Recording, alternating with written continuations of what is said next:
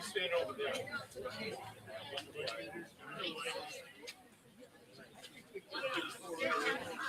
Yeah.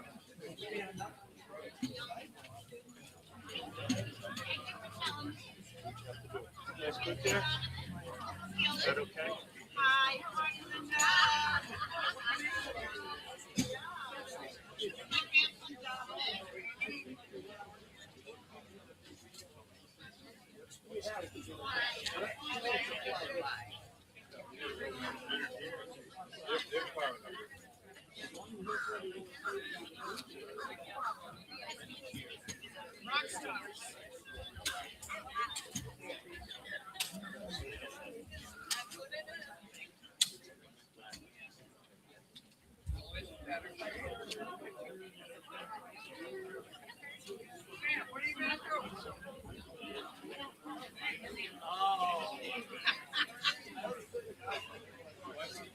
I think I talked to him before.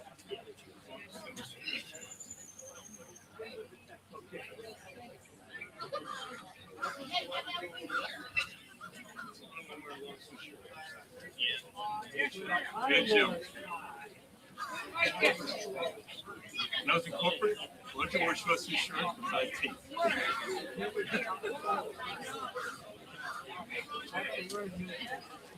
Yep.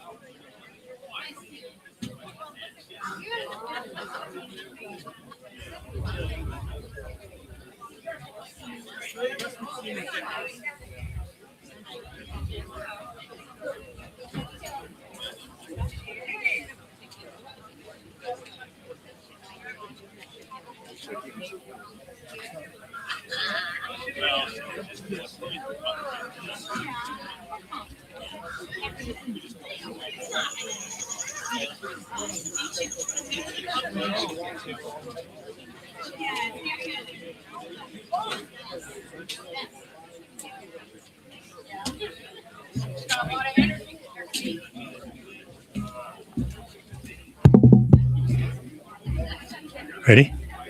Ready. Good morning. And welcome to our Town of Dudley celebration of the 250th birthday of the United States of America and the Declaration of Independence. I want to start with a little bit of chronology.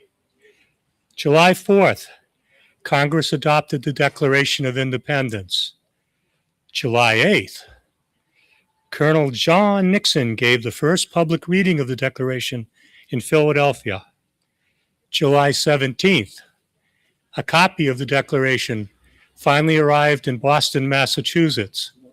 And July 27th, the Declaration was read into the town meeting minutes of the town of Dudley on this spot. Well, not this spot, but somewhere back there.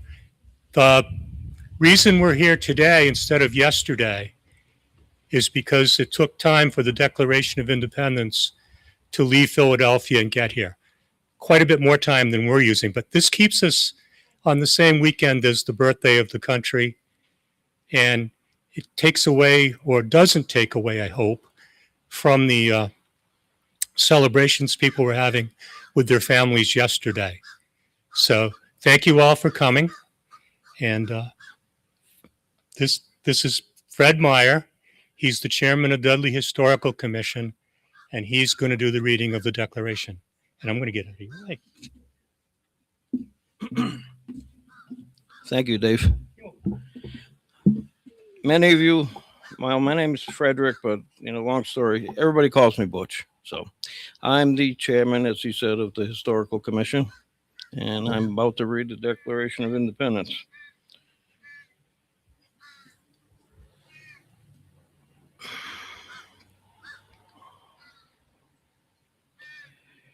In Congress, July 4th, 1776. The unanimous Declaration of the 13 United States of America.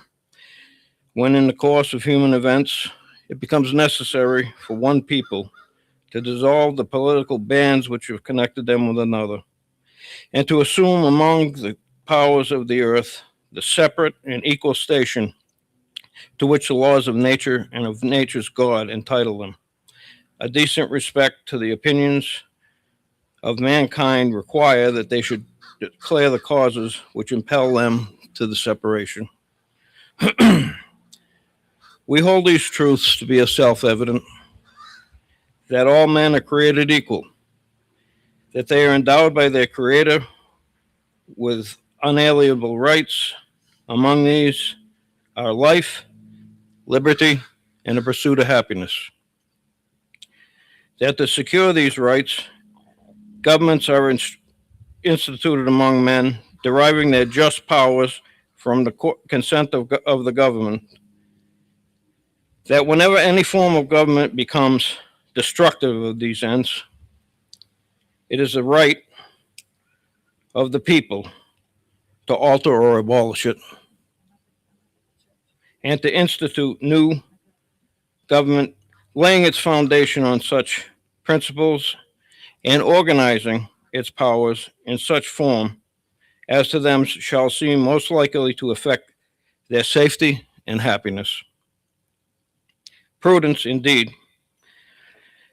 will dictate that the government's long established should not be changed for light and transient causes. Accordingly, all experience have shown that mankind are more disposed to suffer while evils are sufferable than to right themselves by abolishing the forms which they are accustomed.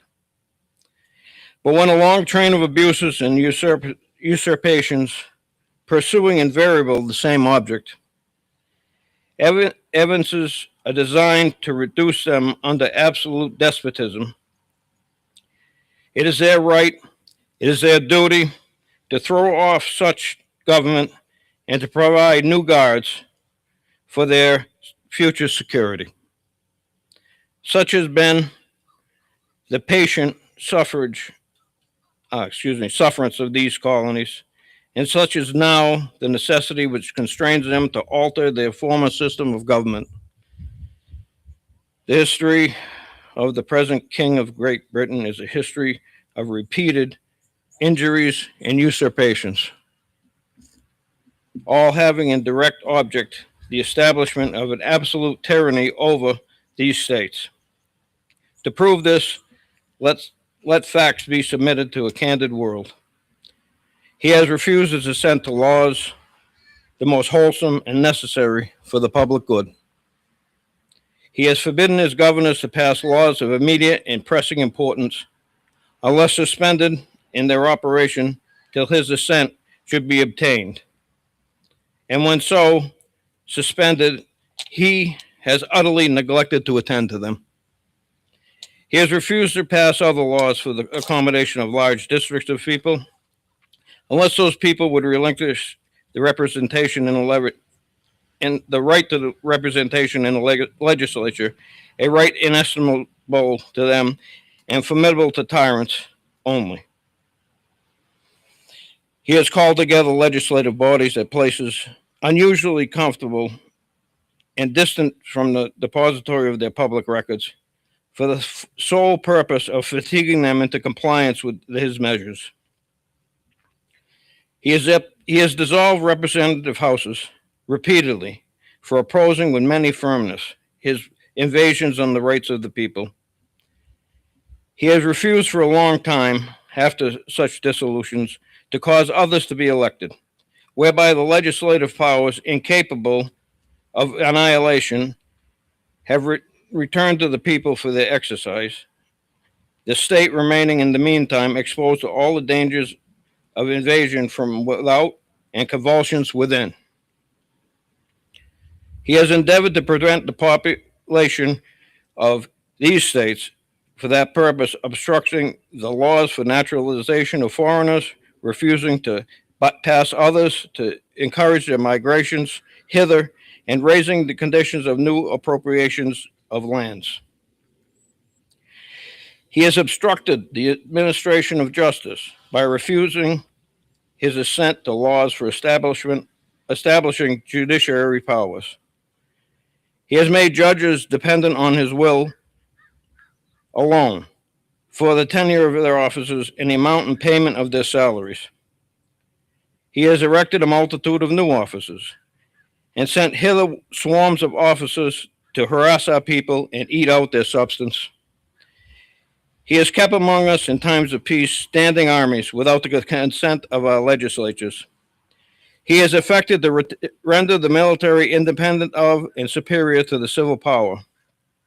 He has combined with others to subject us to a jurisdiction foreign to our Constitution and unacknowledged by our laws, giving his assent to their acts, pretended legislation, for quartering large bodies of armed troops among us, for protecting them by a mock trial from punishment for any murders which they should commit on the inhabitants of these states, for cutting our trade with all parts of the world, for imposing taxes on us without our consent, for depriving, in many cases, of the benefits of trial by jury, for transporting us beyond the seas to be tried for pretended offenses, for abolishing the free system of English laws in a neighboring province, establishing therein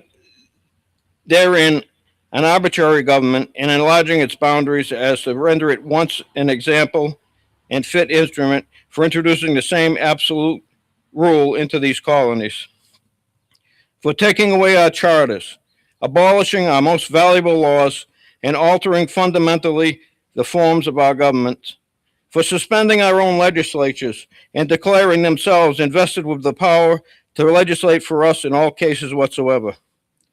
He has abdicated government here by declaring us out of his protection and waging war against us. He has plundered our seas, ravaged our coasts, burnt our towns, and destroyed the lives of our people. He is at this time transporting large armies of foreign mercenaries to complete the works of death, desolation, and tyranny, already begun with circumstances of cruelty and perfidy, scarcely, boy, it's getting dark, scarcely paralleled the most barbarous ages and totally unworthy of the head of a civilized nation. Second.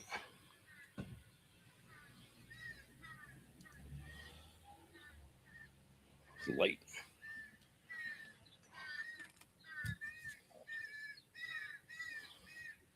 He has constrained our fellow citizens taken captive on high seas to bear arms against their country, to become the executioners of their friendly friends and brethren, or to fall themselves by their hands. He has excited domestic insurrection amongst us and has endeavored to bring on the inhabitants of our frontiers, the merciless Indian savages, whose known rule of warfare is an undistinguished destruction of all ages, sexes, and conditions. In every stage of these oppressions, we have petitioned for recess in the most humble terms. Our repeated petitions have been answered only by repeated injury. A prince whose character is thus marked by every act which may define a tyrant is unfit to be the ruler of a free people. Nor have we been wanting in attentions to our British brethren. We have warned them from time to time of attempts by their legislature to extend unwarrantable jurisdiction over us. We reminded them of the circumstances of our emigration and settlement here. We have appealed to the native justice and magnanimity, and we have conjured them by the ties of our common kindred to disavow these usurpations, which would inevitably interrupt our connections and correspondence. They too have been deaf to the voice of justice and consanguinity. We must therefore acquiesce in the necessity which denounces our separation and hold them, as we hold the rest of mankind, enemies in war and peace, friends. We therefore, the representatives of the United States of America in General Congress, assembled, appealing to the Supreme Judge of the world for the rectitude of our intentions, due in the name and by the authority of the good people of these colonies, solemnly publish and declare that these united colonies are, and of right, ought to be free and independent states, that they are absolved from all allegiance to the British Crown, and that all Great Britain is and ought to be totally dissolved, and that a free and independent states, they have the full power to levy war, conclude peace, contract alliances, establish commerce, and do all other acts and things which independent states may of right do. And for the support of this declaration, with a firm reliance on the protection of divine providence, we mutually pledge to each other our lives, our fortunes, and our sacred honor. Signed, from the colony of Georgia, Button Gwinnett, Lyman Hall, George Walton. From the colony of North Carolina, William Hopper, Joseph Hughes, John Penn. From the colony of South Carolina, Edward Rutledge, Thomas Hayward Jr., Thomas Lynch, Arthur Middleton. From the colony of Massachusetts, John Hancock. From the colony of Maryland, Samuel Chase, William Parker, Thomas Stone, Charles Carroll of Carrollton. From the colony of Virginia, George Wythe, Richard Henry Lee, Thomas Jefferson, Benjamin Harrison, Thomas Nelson Jr., Francis Lightfoot Lee, Carter Braxton. From the colony of Pennsylvania, Robert Morris, Benjamin Rush, Benjamin Franklin, John Morton, George Clymer, James Smith, George Taylor, James Wilson, George Ross. From the colony of Delaware, Caesar Rodney, George Reed, Thomas McKean. From the colony of New York, William Floyd, Philip Livingston, Francis Lewis, Lewis Morris. From the colony of New Jersey, Richard Stockton, John Witherspoon, Francis Hopkinson, John Hart, Abraham Clark. From the colony of New Hampshire, Josiah Bartlett, William Whipple. Again from the colony of Massachusetts, Samuel Adams, John Adams, Robert Treat Payne, Elbridge Gerry. From the colony of Rhode Island, Stephen Hopkins, William Ellery. From the colony of Connecticut, Roger Sherman, Samuel Huntington, William Williams, Oliver Walcott. And from the colony of New Hampshire, Matthew Thornton. This is the end of the reading. God bless America. 3 cheers. And 3 cheers for the United States. Hip, hip, hooray! Hip, hip, Hey, hey. oh. Hip, hip, hooray! Hip, hip, hooray! Hip, hip, hooray!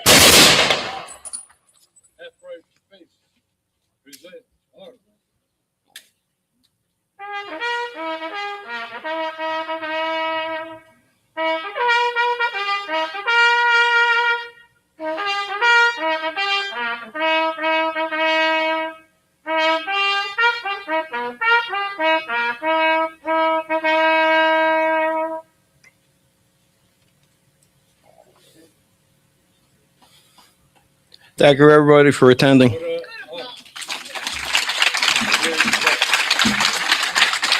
And thank you, veterans. Thank you, veterans, for attending also. Everybody, please come and get your medal.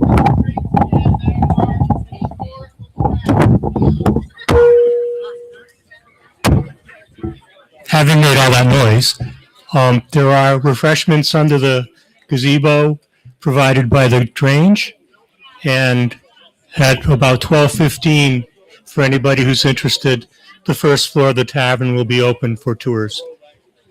At noon, timing is not always good, but at noon, we should expect some bells to ring. Thank you all for coming again. What time is it? 13 minutes out. Look at 13 minutes.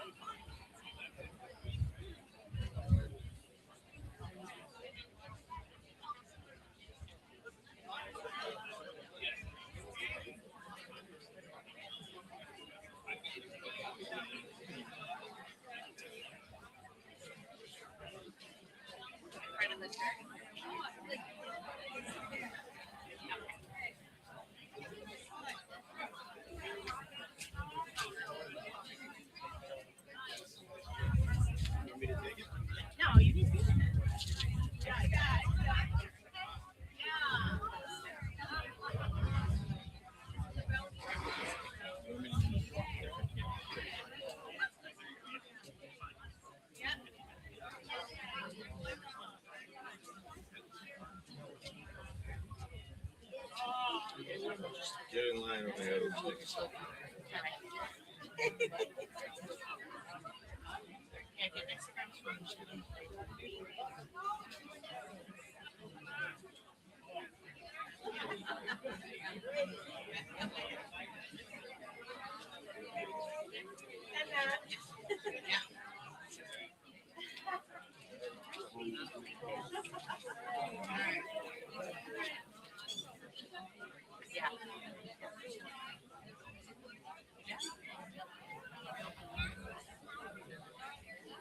Yeah, no, like the pool is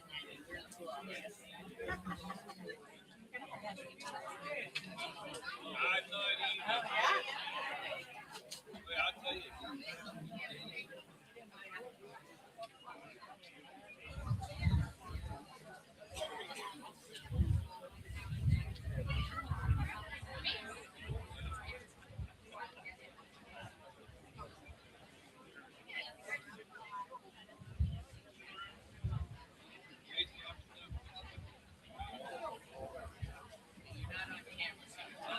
you.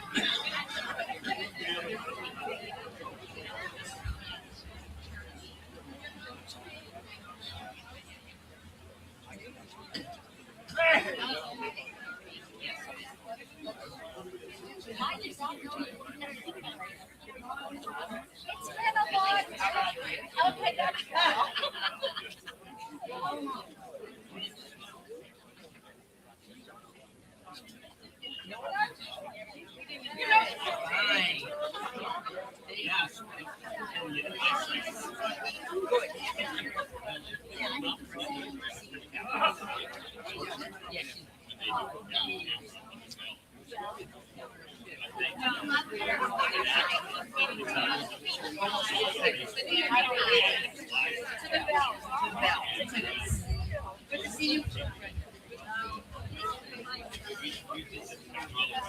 Well, sure.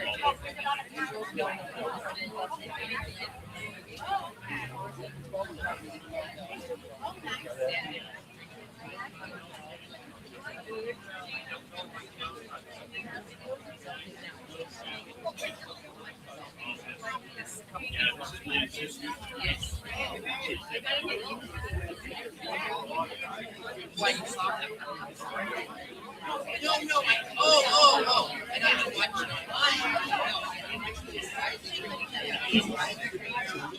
I'm getting there.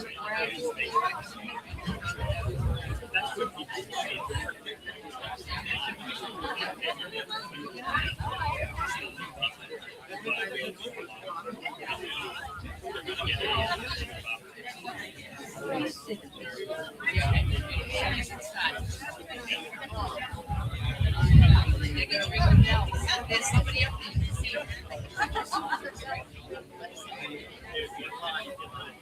It's quite a view up there.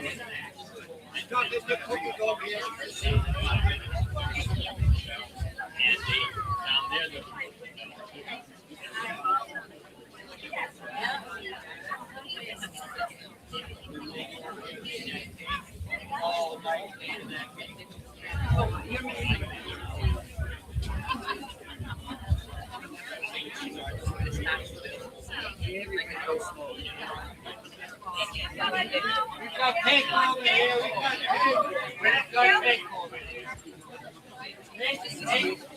Cake over here. Going here? No, that's not.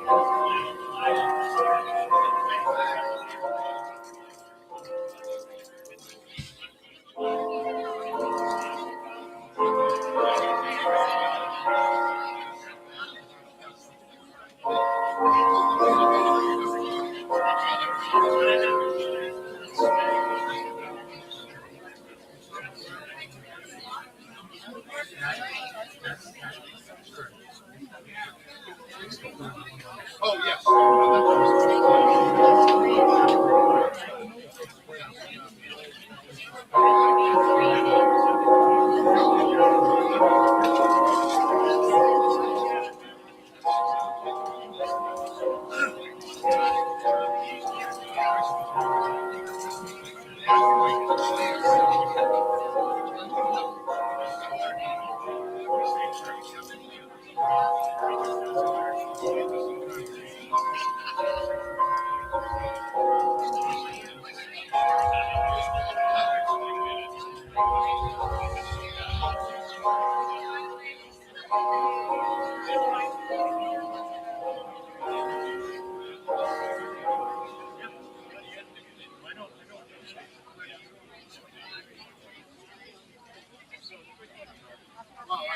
Got here.